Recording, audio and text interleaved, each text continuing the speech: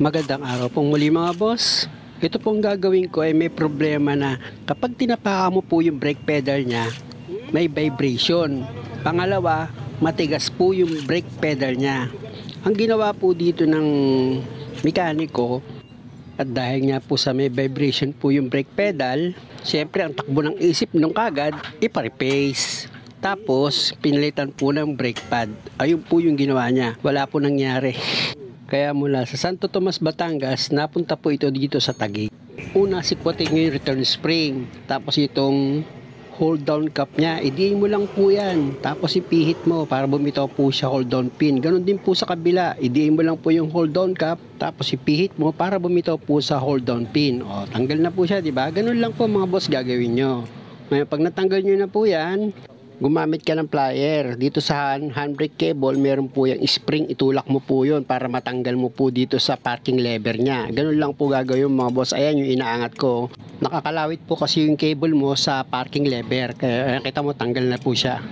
Lilinisan ko po ito ng brake cleaner mga boss. Actually, ang gagawin ko po dito is papalintak ko po ito ng brake shoe. Kung nakita nyo kanina, nung pagbukas ko ng gulong, akala mo hindi po ginawa yung preno niya. Pinakita po sa akin sa picture mismo sa cellphone ng may-ari, pati likod nito ginawa daw ng mekaniko.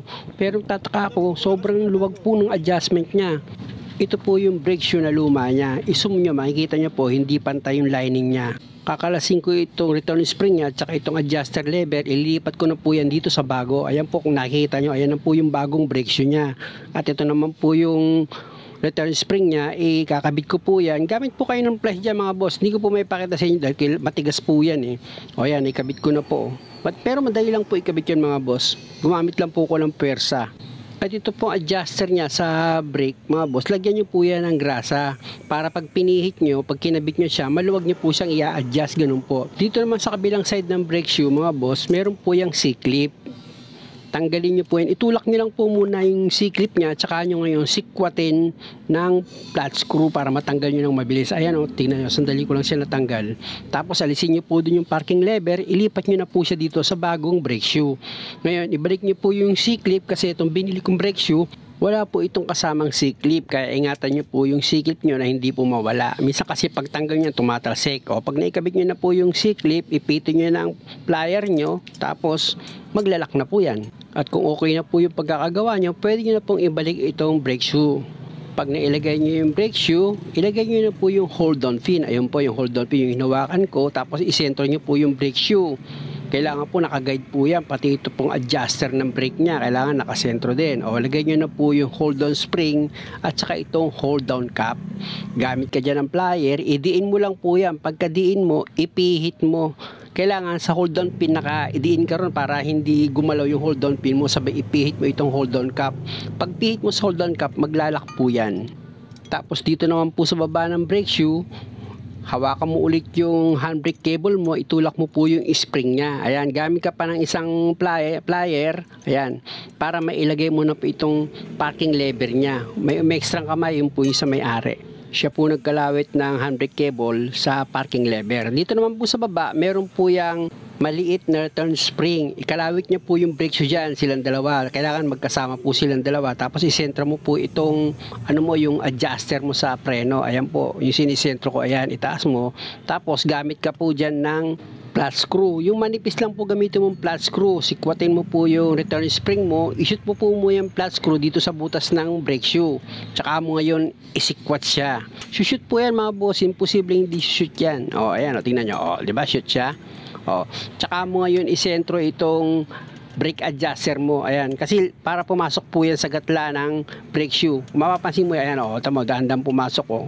Pasensya na po mga boss, narangan ng kamay ko. At dito na po tayo sa hold down pin, ilagay nyo na po yan, ayan po sa brake shoe. Tapos yung hold down spring, tsaka yung hold down cap. Gamit ka po ulit dyan ng plier. Ididiin mo lang po yung hold down cap. Tapos pipihitin mo, maglalak po yan sa hold down pin.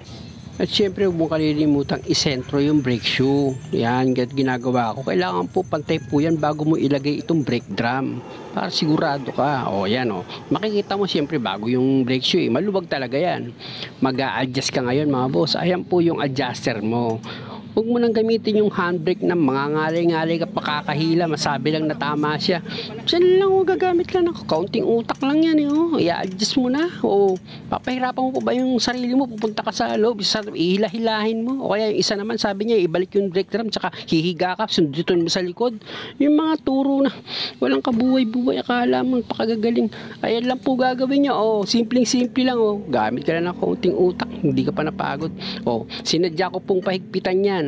Bakit ko pinahigpitan? Para alam nyo kung paano nyo paluluwagan din. Ayan, tutulak nyo yung adjuster lever sa likod. Ayan. Tsaka mo yun ibalik yung ipin na sumobra ka sa pag-adjust mo. Ganon. Kung sa backbrake ka nag-adjust tapos sumobra, di pinahirapan mo pa yung sarili mo. Nakabasa ka lang ng konti, akala mo naman, galing mo na. Diba, pasok ko ng maayos, hindi ako napagod. Paano kung sumobra ka sa luwag sa pag-adjust? Di adjust mo siya ulit. Ganon. Ayan, ginawa ko. Yan ang diskarte hanggang sa makuha mo na yung tamang adjustment. Mga boss, both sides sa likuran, pinilitan ko ng brake shoe ito baka akala nyo isang side lang. Meron diyang nag-comment pa sa akin, sabi niya pa lang sa akin, mga ginagawa niya raw, yung mga high-end na sasakyan. Hindi ko naman tinatanong. Yung isa naman, kinukontis pa ako dahil puro imported daw yung mga ginagawa niya. Dahil ako daw, puro basic lang. Kung may common ka, ano ba tuturuan ko mga mechanical engineering? Ang ipinagyayabang na lang nila yung kanila.